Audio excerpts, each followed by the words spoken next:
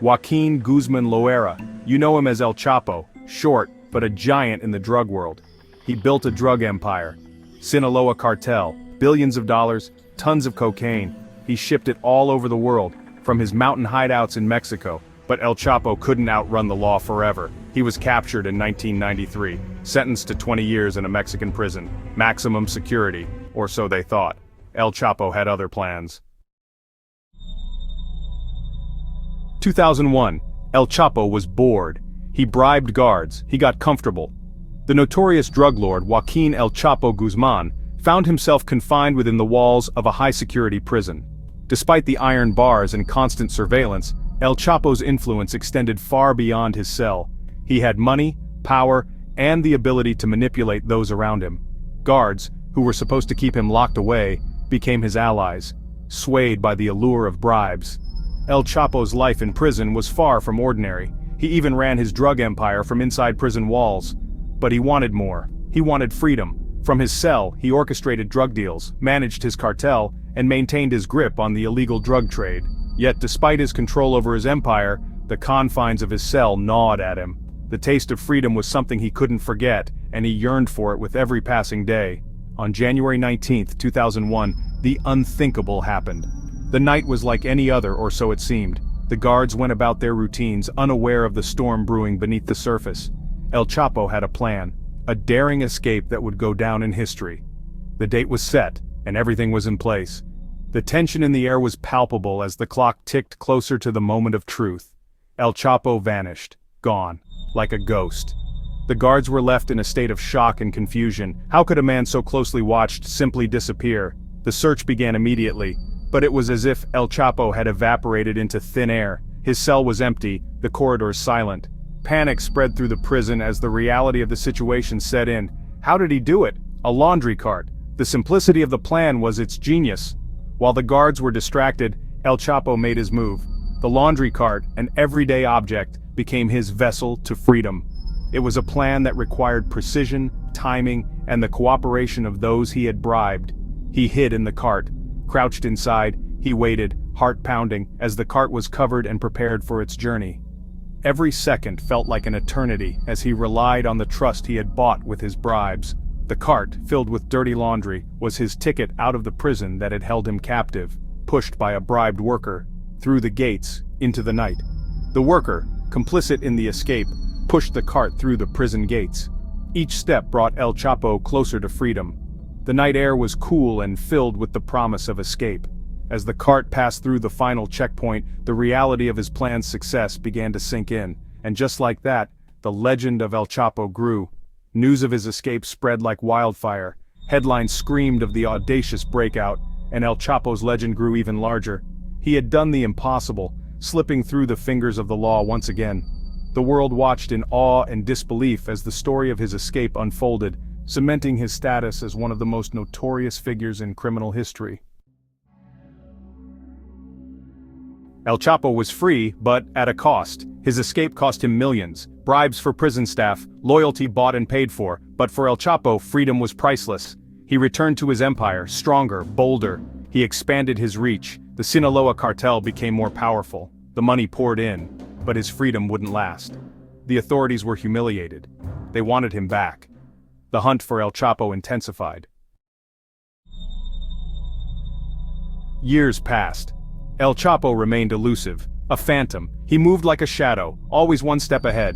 His legend grew with each narrow escape. The authorities were desperate. They put a price on his head, millions of dollars, dead or alive.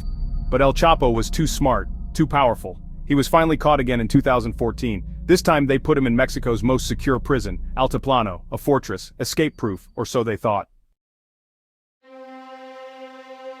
Section 5, the second escape, a mile-long tunnel to freedom.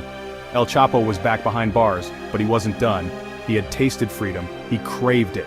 He watched, he planned, and he waited. On July 11, 2015, he disappeared again. This time, it was even more audacious. A mile-long tunnel dug right into his cell. El Chapo rode a motorcycle through the tunnel, emerging a free man. The world watched in disbelief. Section 6. A high-tech escape. In the annals of criminal history, few escapes have captured the world's imagination like this one. It was a daring, high-stakes operation that seemed straight out of a Hollywood blockbuster. The mastermind behind it? None other than the infamous drug lord, El Chapo. The tunnel was a feat of engineering. It stretched for over a mile, meticulously planned and executed with precision. Engineers and construction workers toiled in secrecy, creating a subterranean passage that would eventually lead to freedom. It had lights, ventilation, even a modified motorcycle. This wasn't just any tunnel. It was a sophisticated escape route, equipped with everything needed for a swift and efficient getaway. The motorcycle, specially designed to run on rails, was a testament to the ingenuity behind the plan. This was no ordinary escape. Security cameras captured the moment El Chapo vanished from his cell, leaving authorities baffled and scrambling for answers. The sheer audacity of the plan left everyone in shock. It was a testament to El Chapo's power and influence. As the leader of one of the most powerful drug cartels in the world, he had the resources and connections to pull off such an elaborate scheme. His escape exposed the corruption within the Mexican prison system. Guards and officials were either complicit or too afraid to intervene. The layers of corruption ran deep, revealing a system that was easily manipulated by those with enough money and power. It showed how far his reach extended. Bribes exchanged hands, and a vast network of criminals worked tirelessly to ensure the plan's success. From smuggling in tools to coordinating the construction, every detail was meticulously planned. How deep his pockets were, the world was stunned. News anchors reported in disbelief as details of the escape emerged. The luxury items found in his cell were a stark contrast to the harsh conditions of the prison, highlighting the extent of his influence. How could he escape again? From a maximum security prison? The question echoed around the globe. This was supposed to be an impenetrable fortress, yet El Chapo had managed to slip through its defenses once more. El Chapo had become a legend, a symbol of defiance. His escapes were not just about breaking free from prison. They were acts of rebellion against a system that many saw as corrupt and unjust. To some, he was a villain. To others, a folk hero. His story continues to captivate and intrigue, a testament to the lengths one man will go to for freedom. Section 7. The Manhunt Begins. The escape sparked a massive manhunt. Mexican authorities were furious. They wanted El Chapo back. They raided his hideouts, arrested his associates, but El Chapo was gone. He was a ghost again. Moving silently through the mountains, protected by his loyal followers, he was a master of evasion. The world waited with bated breath. Would he be caught, or would he vanish into the shadows, forever a legend? Section 8. Recaptured and Extradited. For 6 months, El Chapo evaded capture. He was a ghost, slipping through the fingers of law enforcement time and time again. His network of tunnels, safe houses, and loyal operatives made him nearly impossible to pin down. The manhunt was relentless, with authorities scouring every lead, every tip, and every possible hideout. The world watched in suspense, wondering if the infamous drug lord would ever be brought to justice. But his luck ran out. The net was closing in, and the walls were closing around him. The pressure was mounting, and even the most elusive fugitive can only run for so long. The combined efforts of Mexican and American law enforcement agencies were finally paying off. They had tracked his movements, intercepted his communications, and narrowed down his location. He was captured again in January 2016. The arrest was a major victory for the authorities and a significant blow to the Sinaloa Cartel. El Chapo, once the most powerful drug lord in the world, was now in handcuffs, his reign of terror seemingly at an end. The news of his capture spread like wildfire, and the world breathed a collective sigh of relief. This time, there would be no escape. The Mexican government took no chances, placing him in a maximum security prison with round-the-clock surveillance. Every move he made was monitored, every visitor scrutinized. The days of elaborate tunnel escapes and bribed guards were over. The authorities were determined to ensure that El Chapo would never see the light of day as a free man again.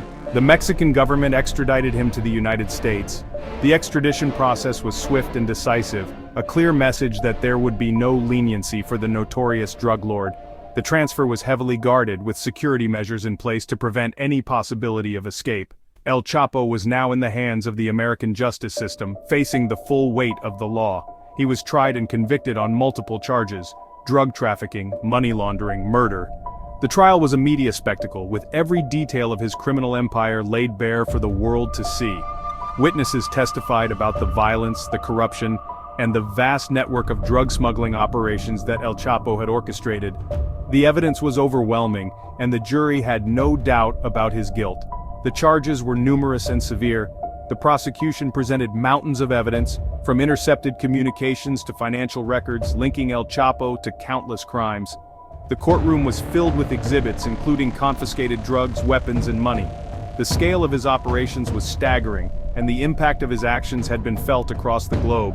In 2019, El Chapo was sentenced to life in prison. The sentence was a culmination of years of effort by law enforcement and prosecutors. It was a moment of justice for the countless victims of his crimes. The judge's gavel came down, and with it, the final chapter of El Chapo's criminal career was written. The news headlines declared the end of an era, and the world watched as the once feared drug lord was led away to spend the rest of his life behind bars. He now spends his days in a supermax prison in Colorado. No tunnels, no laundry carts, no escape. The prison is designed to hold the most dangerous criminals, with every measure in place to prevent any possibility of escape. El Chapo's cell is small, his movements are restricted, and his contact with the outside world is limited.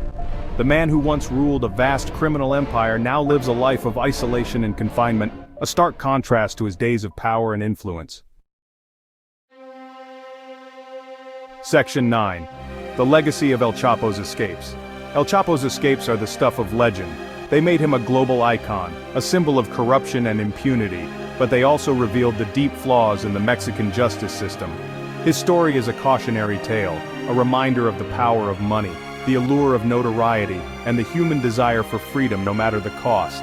El Chapo may be behind bars, but his legend lives on.